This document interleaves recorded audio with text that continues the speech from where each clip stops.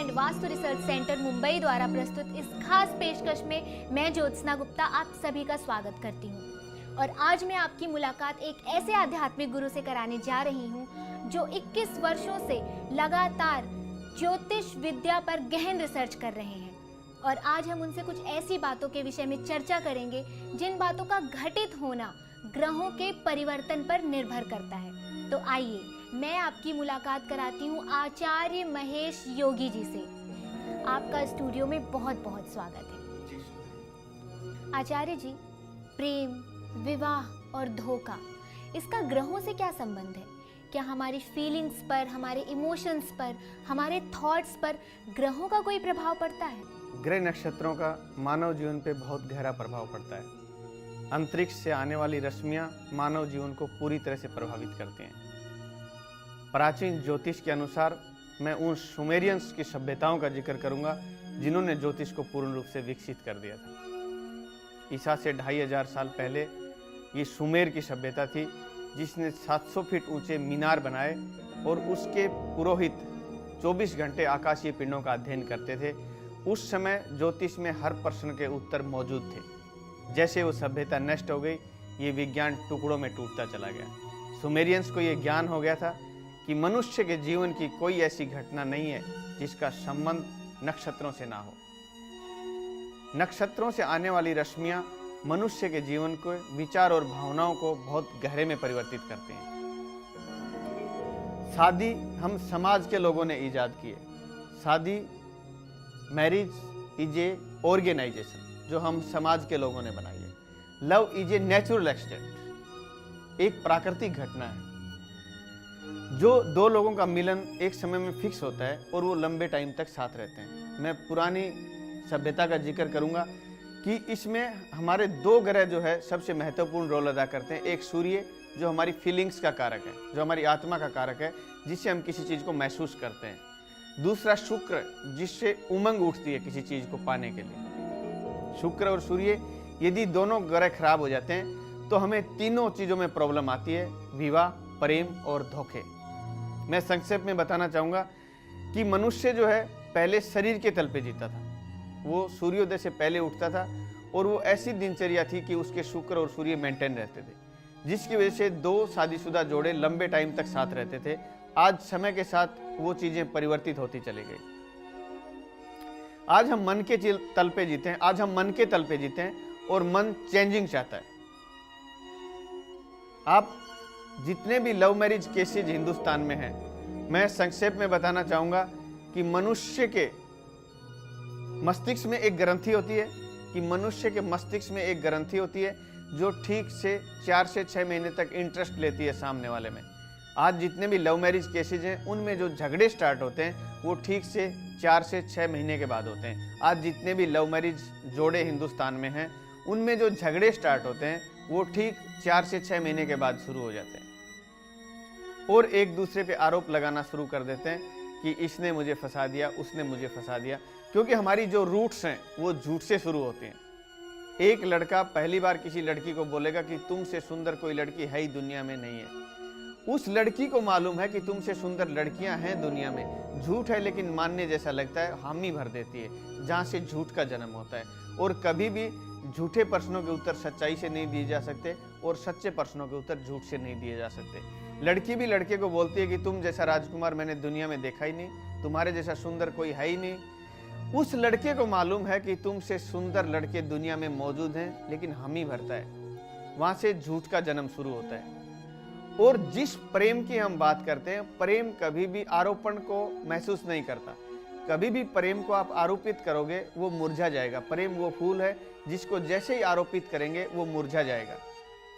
मुरझाया हुआ फूल किसी काम का नहीं होता है। प्रेम की मैं पूरी तरह से आपको डेफिनेशन देना चाहूँगा कि प्रेम वो चीज़ है कि मनुष्य का मनुष्य के प्रति प्रेम में गिर जाना सबसे खतरनाक घटना है। क्योंकि जब आपका सूर्य सक्रिय होता है तो आपका दिल पूरी तरह से सामने वाले के ऊपर फिदा हो जाता है और आपको सिर्फ लुटाने में मजा आता है। प्रेम की डेफिनेशन है उसको सिर्फ लुटाने में मजा आता है, और वासना की डेफिनेशन है उसको पाने में मजा आता है। प्रेम में और वासना में बहुत बड़ा भेद है। प्रेम में आदमी पूरा लुटा देगा अपने आप को, वो पाने की कोशिश नहीं करेगा। प्रेम दिल की इजाद है और दिल जो है वो ब्लाइंड होता है। और वासना ब्रेन की इजाद है, वो गणित का इस्तेमाल करता है कि मुझे इस आदमी से क्या बेनिफिट मिलेगा, इसके पास क्या है, प्रॉपर्टी, पैसा, नाम, बैंक बैलेंस, मोटर, गाड़ी।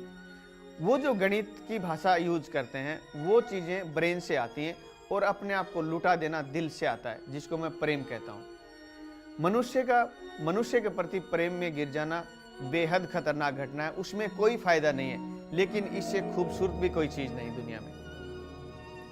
आज की भागदौड़ भरे जीवन में शादीशुदा जोड़ों में जो सबसे बड़ी प्रॉब्लम्स आती है कि यदि दो आत्माओं के अंदर प्रेम है तो उनको हर हफ्ते पिक्चर देखने के लिए जाने की कोई जरूरत नहीं। यदि दो आत्माओं में प्रेम है तो वो बैठे बैठे इतना प्रेम उनमें बरसने लग जाता है कि उनकी भूख खो जाती है। आज पति पत्नी को हम देखते हैं, उनको एक हफ्ते में एक दिन का टाइम मिलेगा रविवार को, और रविवार को वो मूवी देखने जाएंगे। मतलब 3 घंटे अपने आप को भुलाना चाहते हो, आप अंदर के खालीपन को भरना चाहते हो। प्रेम नहीं है।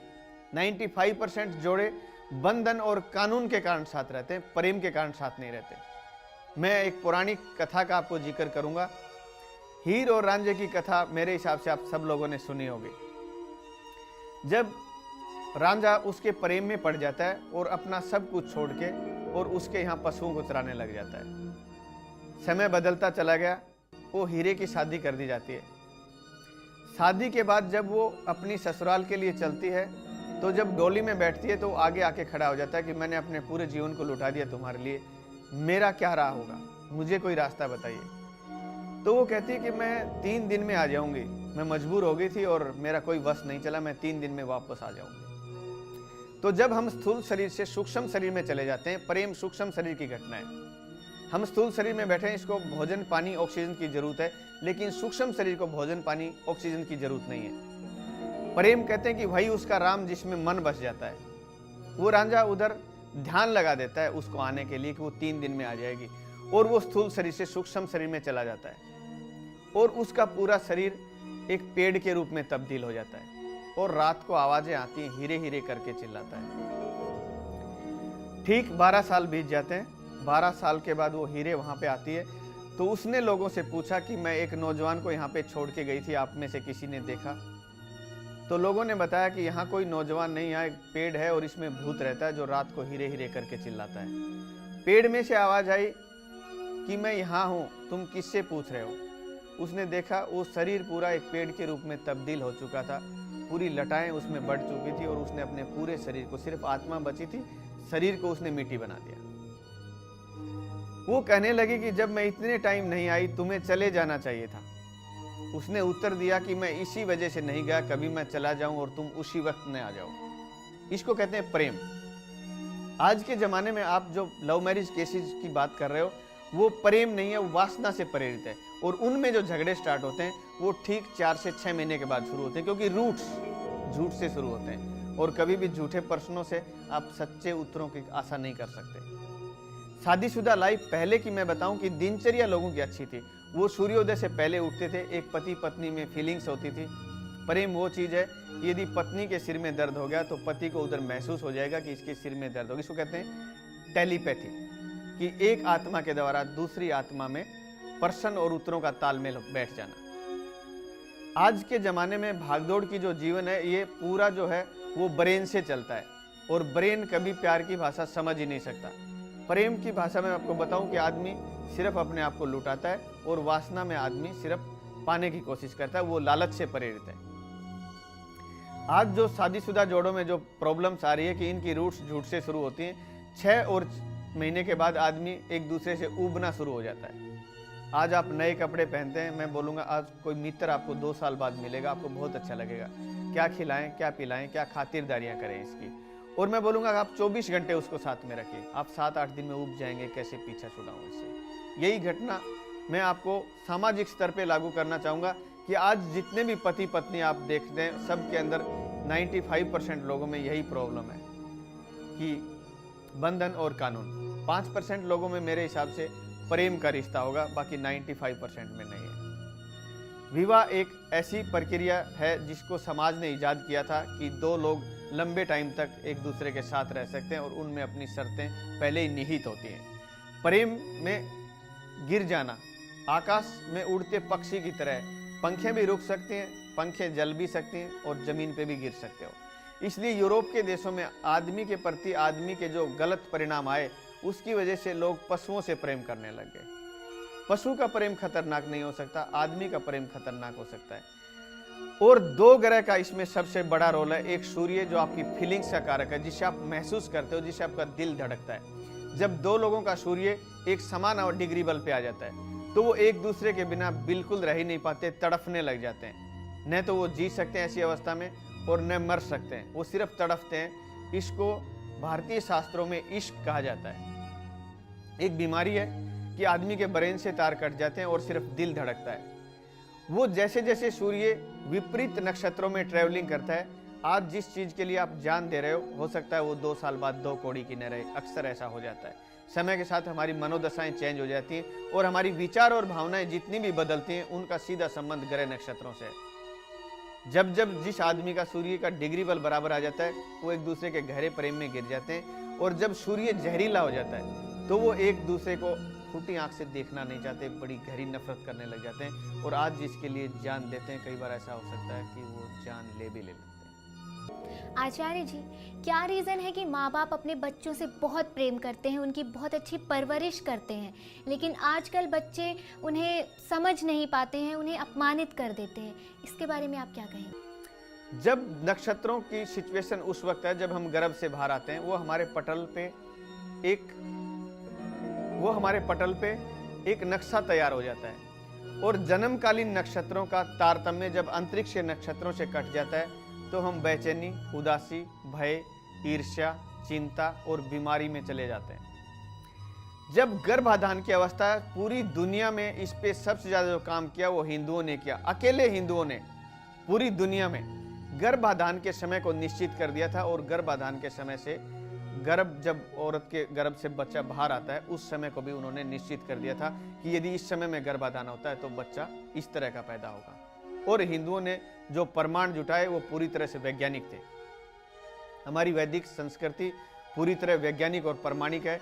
और हम आधुनिकता की दौड़ में हम अपने संस्कारों को भूल गए, हम यूरोपियंस को फॉलो करने लग गए, जहाँ पे भौतिकता की चरम पे जाके वहाँ का आदमी सबसे दुखी, बेचैन और भयग्रस्त हो गया है। ये जो सबसे बड़ी समस्या आ रही है कि आजकल बच्चे माँ बाप का कहना नहीं मानते, अपमान कर देते हैं। और कई ऐसे केसेस सुनने आपको मिलते हैं कि बच्चे मर्डर भी कर देते हैं माँ बाप का। जब गर्भाधान की सिचुएशन है और उस समय जो मनोदशा माँ बाप की है, वही बच्चे का मनोपटल बन जाता है, मानसिक पटल। यदि हम इस तरीके से संभोग करें कि हमें एक उत्तम संतान को पैदा करना है और हमारे विचार इतने शुद्ध और स्वस्थ हों, तो वो जो संतान रहेगी वो ताउम्र माँ बाप का साथ देगी, वो कभी अपमान नहीं करेगी। ये शास्त्रों में पूरी तरह से वर्णित है और इसके प्रमाणिक भी प्रमाण आपको मिल जाएंगे, जितने चाहे आप प्रमाण जुटा सकते हैं। लेकिन यदि हम शरीर की भूख मिटाने के लिए और संतप, क्रोध, भय, ईर्ष्या और लालच में यदि 2 आत्माओं का मिलन होता है और वो जो संतान उत्पन्न होती है, वो संतान कभी कहना नहीं मानेगी, क्योंकि उसमें हमारी फीलिंग्स नहीं है, आदर मान नहीं करेगी, नशे में चली जाएगी, लालच के तहत कई बार माँ बाप का मर्डर भी कर देगी। या कई बार आपने देखा होगा कि रेलवे स्टेशन के ऊपर जो नौजवान इंजेक्शन लगाते हैं नशे के, वो उस तरह की संतानें होती हैं, या मर्डर करते हैं, या फिर उनकी मनोदशा एक तामसिक स्तर धारण कर लेती है, जिसका आगे चल के बहुत गलत परिणाम होता है। हिंदुओं ने ये सिद्ध कर दिया था कि जो गर्भाधान का समय है वो वैज्ञानिक तरीके से होना चाहिए, कि उस वक्त अंतरिक्ष में क्या सिचुएशन है, वही आपके बच्चे का हृदय और मस्तिष्क उसी रूप में तब्दील हो जाएगा और वो संतान आगे चल के ऐसा बनेगी, वो डॉक्टर बनेगी, योद्धा बनेगी। वो पहले निश्चित कर देते थे। समय के साथ सभ्यताएं टूटती चली गई और ये विज्ञान भी नष्ट होता चला गया। टुकड़ों में टूटा हुआ विज्ञान, लेकिन जितना है उतना ओरिजिनल है। हम लोगों ने इसको तिरस्कृत कर दिया धीरे धीरे। ज्योतिष आज दुनिया का सर्वाधिक मान्य, सर्वाधिक पुराना और मैं कहूँगा कि सर्वाधिक तिरस्कृत विज्ञान है, क्योंकि जो सभ्यता ने इसको पूर्ण रूप से विकसित कर दिया था, उस समय हर प्रश्न के उत्तर मौजूद थे। जैसे वो सभ्यता नष्ट हो गई, ये विज्ञान टुकड़ों में टूटता चला गया। आज जिस प्रश्न का हमें उत्तर मालूम नहीं है, हम इतनी ईमानदारी नहीं दिखा सकते कि इसका उत्तर मालूम नहीं है। हम उसमें झूठा पर्सन लालच से प्रेरित होकर उसका झूठा उत्तर देने की कोशिश करते हैं, जिसकी वजह से ये विज्ञान तिरस्कृत होता चला गया। और आज ज्योतिष इतना रुग्ण और तिरस्कृत होता गया, लेकिन सर्वाधिक मान्य भी है। पूरी दुनिया में 78% लोग ज्योतिष को फॉलो करते हैं, लेकिन वो लोग साधारण हैं। अकेले फ्रांस में 48%। अमेरिका आज दुनिया का ऐसा देश है जो ज्योतिष पे सबसे ज्यादा खर्च करता है, और हिंदुस्तान का 9वां नंबर आता है जो ज्योतिष को फॉलो करते हैं। आचार्य जी, आजकल की जनरेशन ज़्यादातर नशे की तरफ आकर्षित हो रही है। स्ट्रेस, डिप्रेशन और यहाँ तक कि सुसाइड भी बढ़ते जा रहे हैं। इसका ग्रहों से क्या संबंध हो सकता है? ग्रहों का मैंने बताया कि विचार और भावनाओं से बड़ा गहरा संबंध है। आज की जनरेशन की दिनचर्या यूरोपियंस को फॉलो करते करते उसको नेचर से अपने आप को काट दिया है। आज की जो जनरेशन है उसने यूरोपियंस को फॉलो करते करते अपने आप को प्रकृति से काट दिया है। आज जो आदमी 3 बजे सोता है और सूर्योदय के बाद उठता है 11 बजे, सबसे पहले उसका सूर्य खराब हो जाता है। सूर्य खराब होने की वजह से कलेजे की जलन, एसिडिटी, माइग्रेन, स्किन डिजीज, उदासी, मन का खालीपन। मन का खालीपन, मन के खालीपन को भरने के लिए मनुष्य या आज की हमारी जो युवा पीढ़ी है वो नशे का सहारा लेती है। या तो उदासी, बेचैनी, भय को मिटाने के लिए वो कुछ क्षण के लिए नशे में चले जाते हैं और धीरे धीरे उसके शिकार हो जाते हैं और उसकी लत लग जाती है। आज हिंदुस्तान में मैं खासकर पंजाब का जिक्र करूंगा, जहां पे सैकड़ों घर बर्बाद हो गए नशे की वजह से। मन का खालीपन या तो आप ध्यान से भर सकते हो या प्रेम से। दुनिया में और कोई तीसरी चीज नहीं जो मन के खालीपन को भर दे। सूर्य खराब होने की वजह से हमारी फीलिंग्स जहरीली हो जाती है, हमारे रिश्ते ज्यादा नहीं टिकते। साल, 2 साल, 6 महीने में तलाक हो जाते हैं या डिवोर्स हो जाते हैं, या जिसके हम जो अल्टरनेट ढूंढते हैं वो भी बड़े फेक हैं, लिविंग रिलेशनशिप। मैंने आपको एक चीज दोबारा कहना चाहूंगा कि कभी भी झूठे प्रश्नों के उत्तर आप सच से नहीं दे सकते और सच्चे प्रश्नों के उत्तर झूठ से नहीं दे सकते। आपको जीवन को स्वीकार करना होगा, आप जिस भी हालत में। नशे में आदमी जाता है, उसका एक प्लेनेट है बुध। बुध की वजह से उसको नशे की तलब लगती है और वो आदमी को नशीला बना देता है। बुध का क्या रोल हमारे जीवन में? बुध हमारी वाणी का कारक है। जितनी भी गले से थायराइड और पैराथायराइड ग्लैंड्स, गले से संबंधित जितनी भी प्रॉब्लम्स हैं, हकलाना, तुतलाना या शब्दों को एक्सप्लेन न कर पाना, ये बुध से रिलेटेड है। हमारे जितने भी डायफ्राम के छोटे छोटे स्पंज कोष्ठक हैं, ये 7 करोड़ 20 लाख के लगभग हैं, ये बुध से रिलेटेड है, जो कि 2.25 करोड़ के आसपास सक्रिय रहते हैं, बाकी अवरुद्ध पड़े रहते हैं। दुनिया में जितने भी हार्ट के ब्लॉकेज होते हैं उन सब लोगों का बुध कमजोर मिलेगा। और हमारे स्पाइनल कॉर्ड का सेकंड पार्ट, जिसको हम डोरोसिल विजन बोलते हैं, ये बुध से रिलेटेड है। इसमें 14 हड्डियां होती हैं। इस तरह की किसी भी आदमी को यदि प्रॉब्लम है तो उसका बुध खराब मिलेगा, और बुध खराब होने की वजह से आदमी को नशीला बना देता है। मन के खालीपन को भरने के लिए वो नशे में चला जाता है और अपना पूरा जीवन जो है बर्बाद कर लेता है। उसके बाद उसकी भावनाएं जो हर्ट होती हैं, उसकी वजह से उसका चंद्रमा खराब हो जाता है।